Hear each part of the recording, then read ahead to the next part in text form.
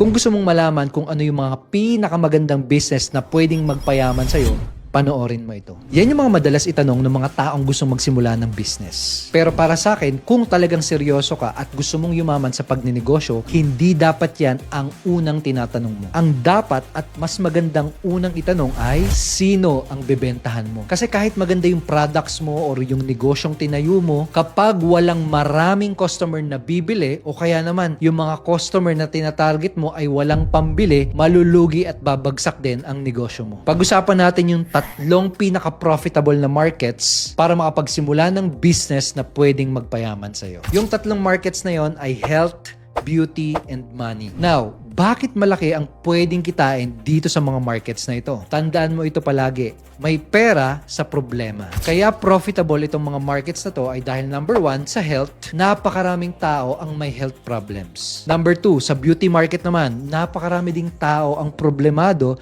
sa itsura at sa confidence nila. Number 3, sa money market naman, napakarami ding tao ang may problema sa pera at may desire na kumita ng mas maraming pera. At dahil may problema at may desire sila, willing silang gumastos ng pera para ma-solve yung mga problems nila. And sa totoo lang, napakalaki ng ginagastos na pera ng mga tao dito sa tatlong markets na to. Billions of dollars. Mas malaki yung problema, mas malaki din yung opportunity na kumita. Kahit after 100 years in the future, sigurado, problemado pa rin ang mga tao dito sa tatlong area na ito ng buhay nila. Kaya kung plano mo magsimula ng business, I suggest ito din yung mga markets na pasukin mo kasi dito ka makakapagsimula ng business sa pangmatagalan at malaki ang potential na kitaan. Ikaw, ano dito sa tatlong markets na to yung papasukin mo? I-comment mo.